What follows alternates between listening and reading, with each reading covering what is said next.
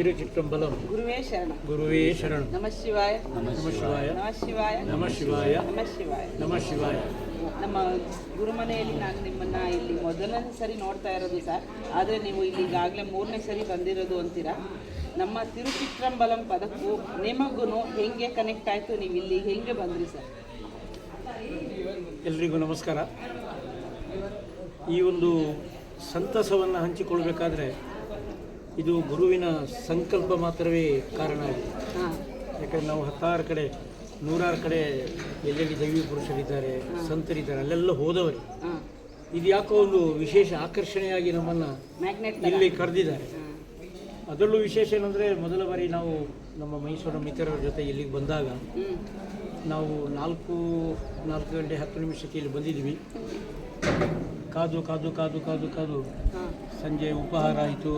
ಸಂಜೆ ಒಂದಷ್ಟು ಸತ್ಯಸಾಯಿ ಭಜನ್ಸ್ಗಳನ್ನು ಹಾಡಿದ್ದೀವಿ. ರಾತ್ರಿ ಭೋಜನ ಆಯಿತು.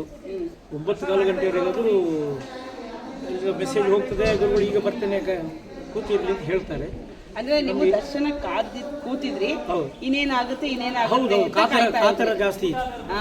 ಅದು ನಾವು ಸಾಮಾನ್ಯ ಉಳಿದವರಿಗೆ ಕಾಯುವುದಕ್ಕೂ ಈ ಗುರು ಸಮಾನಾಗಿರ್ತಕ್ಕಂಥ ಇವರಿಗೆ ಕಾಯುವುದಕ್ಕೂ ತುಂಬ ವ್ಯತ್ಯಾಸ ಇದೆ. ನಾವು ಒಂದು ರೀತಿಯ ಚಿಂತನ ಮನನ ಇದನ್ನೆಲ್ಲ ಮಾಡಬೇಕಾಗ್ತದೆ. ಯಾಕೆ ಗುರುಗಳು ಕರೀತಾ ಇಲ್ಲ, ಏನಾಗಿದೆ, ನಾವೇನಾದ್ರು ಅದು ಅಥವಾ ಇಲ್ಲಿಯ ಕ್ರಮಕ್ಕೆ ನಾವು ಗೊತ್ತಾಗದೆ ಬಂದಿದ್ದ, ಈ ಥರದ ಒಂದು ರೀತಿಯ ಜಿಜ್ಞಾಸೆ ನಮ್ಮಲ್ಲಿ ಬರ್ತದೆ. ಆದರೆ ಅದನ್ನು ನಮಗೇನು ಗೊತ್ತಾಯಿತು ಮತ್ತೆ ಉಳಿದವರಿಂದ. ಕೆಲವು ಸತಿ ಗುರುಗಳು ಬರೋದೇ ಇಲ್ಲ ಹೊರಗಡೆ. ಹೌದು, ಕೆಲವು 2 ದಿನ ಆದರೂ ಬರೋದಿಲ್ಲ ಅಂತ ಹೇಳೋದು ಪ್ರಶ್ನೆ ಸಿಕ್ಕಿದೆ. 2 ದಿನ ಇದ್ದು ದರ್ಶನ ಮಾಡ್ಕೊಂಡು ಹೋಗಿರೋದು ಉಂಟು. ಹೌದು. ಕಡೆಗೆ ನಾವು ಭೋಜನ ಸ್ವೀಕರಿಸಿ 9 ಗಂಟೆ ರಾತ್ರಿವರೆಗೂ ಇಲ್ಲೇ ಇದ್ದೀವಿ. ನಾವು ಮತ್ತೆ ನಮ್ಮ ಪ್ರವೀಣ್ ಅಂತ ಹೇಳುವವರು. ನೀವು ಮತ್ತೆ ಪ್ರವೀಣ್ ಅಂತ ಹೇಳುವವರು ಮೈಸೂರಿನವರು. ನಾವು ಮತ್ತೆ ಮರಳಿ ನಮ್ಮ ಗೂಡಿಗೆ ಹೋಗಿ ಮತ್ತೆ ಮರುದಿನ ನಮ್ಮ ಫಸ್ಟ್ನೇ ಸರಿ ದರ್ಶನ ಆಗಲಿಲ್ಲ. ಇಲ್ಲ ಅವಾಗ ಹೇಳಿದಲ್ಲ, 4 ಕಾಲಕ್ಕೆ ಬಂದಿದ್ದೀವಿ. ಸುಮಾರು 9 ಇಲ್ಲಿ 5 ಗಂಟೆ ಇಲ್ಲಿ ಮತ್ತೆ ನಾನು ಮತ್ತು ಅವರಿಬ್ಬರೇ ಇದ್ದದ್ದು. ನೀವು ಗುರುಗಳು ಅಲ್ಲಲ್ಲ, ನಾನು ಮತ್ತೆ ನನ್ನ ಜೊತೆ ಬಂದವರು ದರ್ಶನಕ್ಕೆ. ಹೌದು, ಬಟ್ ದರ್ಶನ ಆಗಿರಲಿಲ್ಲ ಅದೇನು. ಆದರೆ ಮನಸ್ಸಿನಲ್ಲಿ ಯಾವುದೇ ರೀತಿಯ ಬೇಸರ ಆಗಲಿಲ್ಲ. ಏನೋ ಅದಕ್ಕೊಂದು ಸಂಕಲ್ಪ ಇರಬೇಕು, ಇಲ್ಲಾಂತಾರೆ ಈ ಥರ ಎಲ್ಲ ಆಗಲಿಕ್ಕೆ ಸಾಧ್ಯ ಇಲ್ಲ. ಯಾಕೆಂದರೆ ಕೆಲವು ಸರಿ ಸಾಮಾನ್ಯ ಗುರುಗಳೆಲ್ಲ ಏನಾಗ್ತಾರೆ, ಪುತ್ತೂರಿಲ್ಲ, ಬನ್ನಿ ಅಂತ ಮೊದಲು ಕರೀತಾರೆ. ಅಂಥ ಒಂದು ಇದು ವ್ಯವಸ್ಥೆಯಲ್ಲಿ ಕಾಣಲಿಲ್ಲ ಅಲ್ವೇ. ಅಂದರೆ ಭಕ್ತರಿಗೋಸ್ಕರನೇ ಒಂದು ಗುರು ಕಾಯ್ತಾ ಇರೋ ಥರ ನಿಮ್ಗೆ ಅನ್ನಿಸ್ಲಿಲ್ಲ? ಅನ್ನಿಸಲಿಲ್ಲ. ಅದೇ ಬಟ್ ಇದಕ್ಕೆ ಏನೋ ಒಂದು ಇದರ ಹಿಂದುಗಡೆ ಏನೋ ಒಂದು ಆಧ್ಯಾತ್ಮಿಕ ಒಂದು ಏನಂತ ಕರಿಬೋದು, ಅದಕ್ಕೆ ಇಂಪ್ಯಾಕ್ಟ್ ಇದ್ದೇ ಇರ್ತದೆ. ಅದು ನಮ್ಮನ್ನು ಮತ್ತೆ ಪರಾಮರ್ಶೆ ಮಾಡಲಿಕ್ಕೆ ಅಂತ ಆಗತಕ್ಕಂಥ ಅವಕಾಶ ಅಂತ ಖಂಡಿತ. ಇನ್ನು 2ನೇ ಭೇಟಿ ನಾನು ಇತ್ತೀಚೆಗೆ ನಮ್ಮ ಈ ಪೂಜೆಗಳು ನಡೆದಾಗ, ರಾತ್ರಿ ಪೂಜೆಗಳು ನಡೀತದೆ, ಮತ್ತೆ ಬಂದಿದೆ. ರಾತ್ರಿ 10 ಗಂಟೆಯಿಂದ ಬೆಳಗಿನವರೆಗೂ ಪೂಜೆಯಲ್ಲೆಲ್ಲ ಭಾಗವಹಿಸಿ ರಾತ್ರಿ ಒಂದು 50-60 ಜನ ಕೂತಿದ್ವಿ ನಾವು ಇದೇ ಹಾಲಲ್ಲಿ. ಗುರುಗಳು ನಮ್ಮನ್ನು ಹೀಗೆ ಬನ್ನಿ ಅಂತ ಕರೆದರು, ನೇರವಾಗಿ ವೇದಿಕೆಗೆ ಕರೆದರು. ರಾತ್ರಿ 1:30 ಗಂಟೆ ಆಗುತ್ತೆ. ಅಲ್ಲೇ ಒಂದು ರೀತಿಯ ಅಂದರೆ ಒಂದು ಮುಖಾಮುಖಿ ಆಯಿತು ನಮಗೆ, ಕಣ್ಣಲ್ಲಿ ಕಣ್ಣಿಟ್ಟು ಅಥವಾ ಒಂದು ರೀತಿಯಲ್ಲಿ. ನಿಮಗೆ ಫಸ್ಟ್ ಅನುಭವ ಇಲ್ಲಿ ಸಮಯ ಸಂದರ್ಭ ಬಿಟ್ಟು ಬರಬೇಕು ಅನ್ನೋದು ಅರ್ಥ ಆಯ್ತಾ? ಅದಾಗಿದೆ. ನಮ್ಮದೇ ಕಾರ್ಯಕ್ರಮ ಎಲ್ಲ ಮಾಡಿಕೊಂಡು ಬಂದರೆ ಆಗೋದಿಲ್ಲ, ಅಥವಾ ಏನೋ ಹಸುವನ್ನು ಕಟ್ಟಿ ನಾನು ಹಾಲು ಕರಿಬೇಕು ಅಂತ ಹೋಗ್ಲಿಕ್ಕೂ ಆಗೋದಿಲ್ಲ. ಹೌದು ಅಲ್ವೇ. ಈ ದೃಷ್ಟಿಯಲ್ಲಿ ಒಂದು ಹೊಸ ಅನುಭವವೇ ಆಯಿತು. ಆದರೆ 2ನೇ ಭೇಟಿಯಲ್ಲಿ ನಮಗೆ ಪೂರ್ಣವಾಗಿ ಸುಮಾರು 2-2.5 ಗಂಟೆ ಒಳಗೆ ಕರೆದು ಮರುದಿನ ಬೆಳಿಗ್ಗೆ ತುಂಬ ರೀತಿಯ ಆಧ್ಯಾತ್ಮಿಕ ವಿಚಾರಗಳನ್ನು ನಾವು ಚರ್ಚಿಸಿದ್ದೇವೆ. ನಮ್ಮಿಂದ ಅನೇಕ ಪ್ರಶ್ನೆಗಳನ್ನು ಕೇಳ್ತಿದ್ವಿ, ಅವರಿಗೂ ಖುಷಿ ಆಗ್ತಾಯಿತ್ತು. ಸಮಯ ಹೋದದ್ದೇ ಗೊತ್ತಾಗಲಿಲ್ಲ. ಇದು ನಮ್ಮದು 4ನೇ ಭೇಟಿ. ನಾನು ಅದು 3 ಅಂತ ಹೇಳಿದೆ, ಬಟ್ ಇದು 4ನೇ ಭೇಟಿ. ಇತ್ತೀಚೆಗೆ ನಾವು ಇವರೆಲ್ಲ ಬಂದಿದ್ವಿ ಒಟ್ಟಿಗೆ.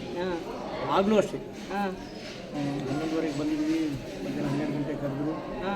ಮಧ್ಯಾಹ್ನ 1:45 2 ಗಂಟೆ ಆಗಿದೆಲ್ಲ, ಇಲ್ಲ 3 ಗಂಟೆನೂ ಆಗಿದೆ. 3 ಗಂಟೆ ಆಗಿದೆ ಇಲ್ಲಿಂದ ಹೋಗುವಾಗ. ಮಿಡ್ನೈಟ್ ಅಲ್ಲದ ಹಗಲ ಮಧ್ಯಾಹ್ನ. ತುಂಬ ಹೊತ್ತು ರೀತಿಯ ಆಧ್ಯಾತ್ಮಿಕ ಚಿಂತನೆ, ಬೇರೆ ಏನಿಲ್ಲ. ನಮ್ಮದು ಯಾವುದೇ ರೀತಿಯ ಲೌಕಿಕ ಅಥವಾ ಇನ್ನಿತರ ಪ್ರಶ್ನೆಗಳು ನಮ್ಮಲ್ಲಿ ಯಾವುದೂ ಮೂಡಿದ್ದಿಲ್ಲ.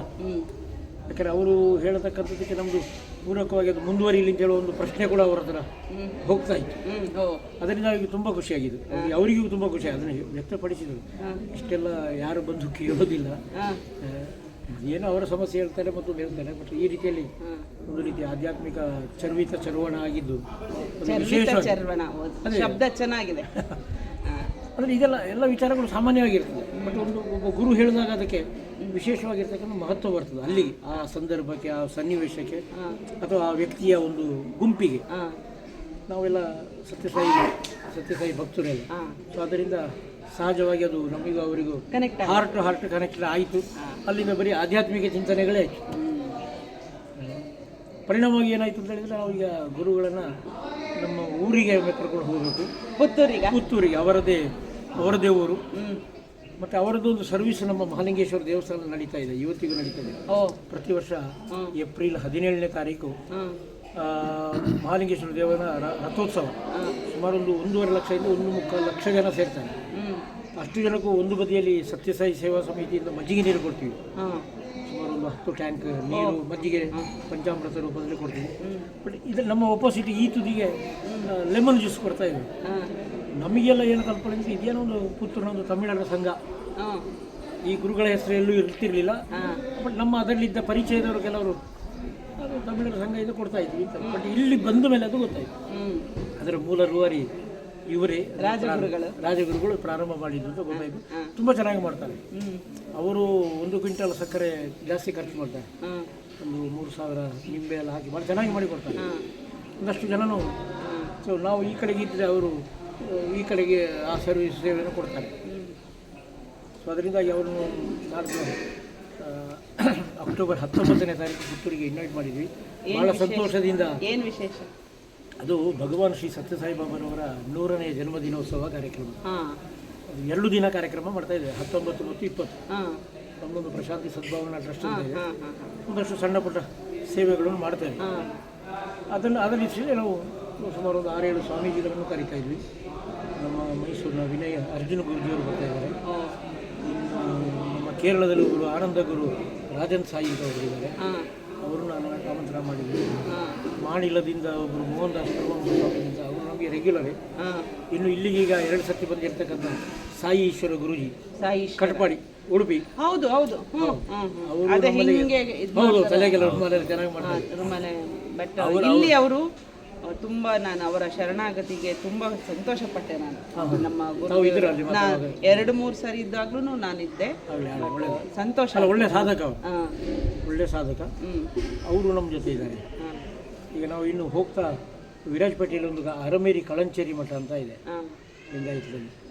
ಅವರು ಸ್ವಾಮೀಜಿ ಹಾಗೆ ನಾವು ಭಾಳ ಆಪ್ತರು. ಅವರು ನಮ್ಮ ಸುತ್ತ ಮಾತಾಡಿ ಹೋಗೋಣ ಅಂತ ಇವಕ್ಕೆಲ್ಲ ಪ್ಲ್ಯಾನ್ ಮಾಡಿ ಬಂದಿದ್ದರು. ಆಹ್ವಾನಕ್ಕೆ ಇನ್ವಿಟೇಷನ್ ತಗೊಂಡ್ಬಂದಿದ್ದೇವೆ. ರಾಷ್ಟ್ರಪತಿ ಕಳಿಸಿಕೊಟ್ಟಿದ್ದೀವಿ. ಅದು ಒಂದು ಸಣ್ಣ ಬದಲಾವಣೆ ಎಲ್ಲ ಸೂಚಿಸಿದ್ರು ಅವರೇ, ಮಾಡ್ಕೊಂಡು ಬಂದಿದ್ದೀವಿ. ಅದಕ್ಕೆ ಮಾತಾಡಬೇಕು, ವಿಷಯ ವಿನಿಮಯ ಆಗಬೇಕು ಅಂತ ಹೇಳಿದ್ದು. ನೀವು ಎಷ್ಟು ವಿಚಾರ ಹೇಳಿದ್ರಿ ಇಲ್ಲಿಂದ ನಮ್ಮ ಗುರುದೇವರ ಸೇವೆ ಪುತ್ತೂರಿನಲ್ಲಿ, ಅದು ನಿಮ್ಮ ಸೇವಾ ಅನುಬಂಧ ಆಯಿತು, ಇಲ್ಲಿ ಆತ್ಮ ಅನುಬಂಧ ಆಯಿತು. ಎರಡು ಅನುಬಂಧ. ಇದಕ್ಕೆ ಒಂದು ನಮ್ಮ ಪೂರ್ವಜನ್ಮದ ಪುಣ್ಯ ಭಾಗ ಇರಲಿಕ್ಕೂ ಸಾಕು. ಇನ್ನು 2ನೇದು ಗುರುವಿನ ನೇರವಾದಂಥ ಆದೇಶಗಳು. ಅದು ತೋರಿಕೆಗೆ ಲಿಖಿತ ರೂಪದಲ್ಲಿ ಇಲ್ಲ ಇದ್ರೂ ಕೂಡ ಹಾರ್ಟ್ ಟು ಹಾರ್ಟ್ ಕನೆಕ್ಷನ್ ಅಂತ ನಾವು ಅದನ್ನು ಹೇಳ್ತೀವಿ. ಇಲ್ಲಿಗೆ ಅದು ನೇರವಾಗಿ ಇಲ್ಲಿಗೆ ಬಾ ಅಂತ ಹೇಳ್ತಕ್ಕಂಥ ಒಂದು ಸಂದೇಶ ಬಾರದು. ಇಲ್ಲಿಗೆ ಯಾರು ಬರಲಿಕ್ಕೆ ಆಗೋದಿಲ್ಲ, ಸುಮ್ಮನೆ ಬರ್ಬೋದು ಅಷ್ಟೇ, ಬಂದು ಹೋಗ್ಬೋದು, ಅದೇನು ಪ್ರಯೋಜನ ಇಲ್ಲ. ಮತ್ತು ಗುರುವಿನ ಒಂದು ಅನುಗ್ರಹ, ಅವರ ಒಂದು ಆಶೀರ್ವಾದ, ಅವರಿಂದ ಬಂದಿರತಕ್ಕಂಥ 4 ಒಳ್ಳೆಯ ಮಾತುಗಳು ನಮ್ಮಂಥವರಿಗೆ ಅದು ಒಂದು ದಾರಿದೀಪ ಆಗ್ತದೆ ಅಂತ ಹೇಳಿ ಸಂತೋಷ ಆಗ್ತದೆ. ಆ್ಯಕ್ಚುಲಿ ನನ್ನ ಈ ಗುರು ಸೇವಾ ಯೂಟ್ಯೂಬ್ ಚಾನಲಲ್ಲಿ ನಮ್ಮ ಗುರುದೇವ್ರದ್ದು ಗುರು ಸನ್ನಿಧಾನಮು ಮತ್ತು ತಿರುಚಿಟ್ರಂಬಲಂ ಗುರುವೇ ಶರಣಂ ಅನ್ನೋದು, ನಮ್ಮ ಗುರುದೇವ್ರದ್ದು ಯಾವಾಗಲೂ ಅವ್ರದ್ದು ಉಪದೇಶಗಳು, ಅವ್ರದ್ದು ಏನೇನಿದೆ ಅದೇ ಈ ಜನ್ಮಕ್ಕಾಗಷ್ಟು ಹೇಳ್ಬಿಟ್ಟಿದ್ದಾರೆ. ಅದನ್ನು ತಿಳ್ಕೊಂಡು ನಾವೇನು ಪರಿವರ್ತನೆ ಆಗ್ತಾ ಇದ್ದೀವಿ, ಅದು ಮುಖ್ಯ. ಕೇಳ್ಕೊಂಡು ಹೋಗ್ಬೋದು, ಬಟ್ ನಮ್ಮ ಜೀವನದಲ್ಲಿ ಮತ್ತು ಇನ್ನೊಂದು ಏನಂದರೆ ಗುರುಗಳ ಒಂದು ಕಾರ್ಯವ್ಯಾಪ್ತಿ ಏನಾಗ್ತಾ ಇದೆ. ನಂದು ಪರ್ಟಿಕ್ಯುಲರ್ ಆಗಿ ಅನುಭವಕ್ಕೆ ಅಂತಾನೆ ಮಾಡಿದ್ದೀನಿ ಸರ್ ನಾನು ಗುರು ಸೇವಾ ಅದರಲ್ಲಿ. ಅದಕ್ಕೇನೆ ನಾನು ನಿಮ್ಮನ್ನು ನೋಡಿದೆ. ನಮ್ಮ ಗುರುದೇವರ ಥರ ಮಂಗಳೂರು ಆಕ್ಸೆಂಟು ತುಂಬ ಇಷ್ಟ ಆಯಿತು ನನಗೆ ನಿಜವಾಗಿಯೂ. ಆ್ಯಕ್ಚುಲಿ ನಮ್ಮ ಗುರುದೇವ್ರದ್ದು ಅದು ಕನ್ನಡ ಇದೆಯಲ್ಲ, ತುಂಬ ಕೇಳ್ತಾ ಇರೋಣ ಅಂತ ತುಂಬ ಇಷ್ಟ ಆಗುತ್ತೆ. ಅನುಭವ ನಾವು ಪಡ್ಕೊಂಡಿದ್ದೇವೆ. ಹಂಗಾಗಿ ಅವರು ಒಂದು ಜಾತಿಗೆ, ಒಂದು ದೇಶಕ್ಕೆ, ಒಂದು ಭಾಷೆಗೆ ಯಾವುದಕ್ಕೂ ಸೀಮಿತ ಆಗಿಲ್ಲ. ಅದಕ್ಕೇನೆ ಈ ಗೋಪಾಲಪುರ ತುಂಬ ವಿಶೇಷ ಅಂತ. ಖಂಡಿತವಾಗಿ ಇಲ್ಲಿ ಯಾವುದೋ ಒಂದು ರೀತಿಯ ಡಿವಿನಿಟಿ ಒಳಗಡೆ ಬಂದ ಕೂಡಲೇ ಒಂದು ರೀತಿಯ ಏನು ಆತ್ಮಾನುಭವ ಆಗಿಬಿಡ್ತದೆ. ಎಲ್ಲೋ ನಮ್ಮ ನಮ್ಮ ಮನೆಗೆ ಬಂದಾಗೆ ಆಗ್ತದೆ. ಹಾಂ ಒಳಗೆ ಬಂತ ಕೂಡಲೇ ಹೌದೌದು. ಆ ರೀತಿ ಭಾವ ಬರ್ತದೆ. ಯಾವಾಗಲೂ ಹೇಳ್ತಿರ್ತಾರೆ ಒಂದೊಂದ್ಸರಿ ನಮ್ಮ ಗುರುದೇವರು ಅವರ ಸಾಧನೆ ಇದರಲ್ಲಿ ಮುಂದೆ ಕೂತಿರುವ ಭಕ್ತರೆಲ್ಲ ನಮಗೆ ದೇಹ ಸ್ಥಿತಿ ಕಾಣಿಸ್ತಾ ಇದ್ರು ಅವರು ಆತ್ಮ ಪರಿಶೀಲನೆ ಮಾಡ್ತಾರೆ. ಈ ಆತ್ಮ ಇಲ್ಲಿ ಏನಕ್ಕೆ ಬಂದು ಕೂತಿದೆ, ಇದಕ್ಕೆ ಏನು ಕೊಡ್ಬೋದು, ಇದಕ್ಕೆ ಏನು ಪಾಪ ಅಷ್ಟು ದೂರ ನನ್ನನ್ನು ಹುಡ್ಕೊಂಡು ಬಂದು ಗುರುವೇ ಶರಣು ಅಂತ ಬಂದಿದ್ದಕ್ಕೆ ಅವ್ರ ಕೈಲಾಗಿದ್ದು ಅದಕ್ಕೊಂದು ಸದ್ಗತಿ, ಅದಷ್ಟೇ ಅವ್ರಿಗೆ ಡೈರೆಕ್ಷನ್ ಇರುತ್ತೆ. ನಾವು ನಮ್ಮ ಲೌಕಿಕದ ಅವ್ರೇನೋ ಮಾಡಲಿಲ್ಲ ಅಂತ ಈ ಊರೇನಪ್ಪ ಅನ್ನೋ ಥರ ಓಡ್ಬಿಟ್ಟಿರ್ತೀವಿ. ಅದೆಲ್ಲ ರಿಯಲ್ ಸ್ಪಿರಿಚುಯಾಲಿಟಿ. ಏನಂತೀರ ಸರ್? ನೀವಿದು ಎಷ್ಟನೇ ನಿಮ್ಮ ಹೆಸರು ಸರ್? ನಮ್ಮ ಹೆಸರು ಡಾಕ್ಟರ್ ಸಂತೋಷ್ ಪ್ರಭು. ಡಾಕ್ಟರ್ ಸಂತೋಷ. ನೀವು ಡಾಕ್ಟರ್ ಆಗಿದ್ದಕ್ಕೆ ಪಕ್ಕಕ್ಕೆ ಬನ್ನಿ ಬನ್ನಿ ಬನ್ನಿ. ಅಲ್ಲ, ಅವರು ಮೆಡಿಕಲ್ ಡಾಕ್ಟರ್ ಅಲ್ಲ, ಅವರು ಇದು ಪ್ರೊಫೆಷನಲ್ ಪಾಠ ಮಾಡುವ PhD ಡಾಕ್ಟರ್. ನಾವು ಸಾಯಿ ಬಳಗದಲ್ಲಿ, ಸಾಯಿ ಸಂಸ್ಥೆಯಲ್ಲಿ ವಿದ್ಯಾಭ್ಯಾಸ ಮಾಡಿ ಸಾಯಿ ಬಳಗದಲ್ಲಿ ಭಕ್ತರು ಅಂತ ಹೇಳ್ಕೊಳ್ಳೋದಿಲ್ಲ, ಏನೋ ಸೇವೆಯಲ್ಲಿ ಇದ್ದೀವಿ ನಾವು. ನಮಗೆ ಈ ಲೋಕ ಬಿಟ್ಟರೆ ಬೇರೆ ಲೋಕ ಇಲ್ಲ. ನಾವು ಈ ಭಕ್ತಿ ಲೋಕದಲ್ಲಿ, ಈ ಗುರು ಸನ್ನಿಧಿಯಲ್ಲಿ ನಾವು ಯಾವಾಗಲೂ ನಮ್ಮನ್ನು ತೊಡಗಿಸಿಕೊಳ್ಳುವಂಥ ನಮ್ಮ ಪ್ರಯತ್ನ. ಒಟ್ಟಿನಲ್ಲಿ ನಾವು ಕಂಡುಕೊಂಡಾಗ ಏನು ಅಂತ ಹೇಳಿದರೆ, ಆಧ್ಯಾತ್ಮ ಸಾಧಕ ಬೇರೆ ಬೇರೆ ಕಡೆಯಲ್ಲಿ ಬೇರೆ ಬೇರೆ ರೂಪದಲ್ಲಿ ನಮಗೆ ಕಾಣ್ಬೋದು. ಒಟ್ಟಿನಲ್ಲಿ ಕಾಣುವಂಥದ್ದು ಒಂದೇ, ಅದೇ ಬೆಳಕು, ಜ್ಯೋತಿ, ಅದು ಒಂದೇ. ನಾವು ಸತ್ಯ ಸಾಯಿ ಅಂತ ಹೇಳ್ಬೋದು, ಶಿರ್ಡಿ ಸಾಯಿ ಅಂತ ಹೇಳ್ಬೋದು, ಬೇರೆ ಬೇರೆ ಗುರುಗಳ ಮುಂದೆ ಅದನ್ನು ಇಲ್ಲಿ ಕಾಣ್ತಾ ಇದ್ದೀವಿ ನಾವು. ಒಟ್ಟಿನಲ್ಲಿ ಹೇಳೋದಿದ್ರೆ, ನಮ್ಮ ಭಕ್ತರಿಗೆ ಒಂದು ಮಾರ್ಗದರ್ಶನ ಮಾಡಲಿಕ್ಕೆ ಒಂದು ಗುರುವಿನ ಸ್ವರೂಪ ನಮಗೆ ಕಾಣಬೇಕು. ಭಗವಂತ ಅದು ಕೆಲವರಿಗೆ ಆಕಾರ ಇರ್ಬೋದು, ಕೆಲವರಿಗೆ ನಿರಾಕಾರ ಇರ್ಬೋದು. ಬೇರೆ ಬೇರೆ ರೀತಿಯಲ್ಲಿ ಬೇರೆ ಬೇರೆ ಜನ ಅವರ ಭಾವನೆಯಲ್ಲಿ ದೇವರನ್ನು ಕಾಣ್ತಾ ಇದ್ದಾರೆ.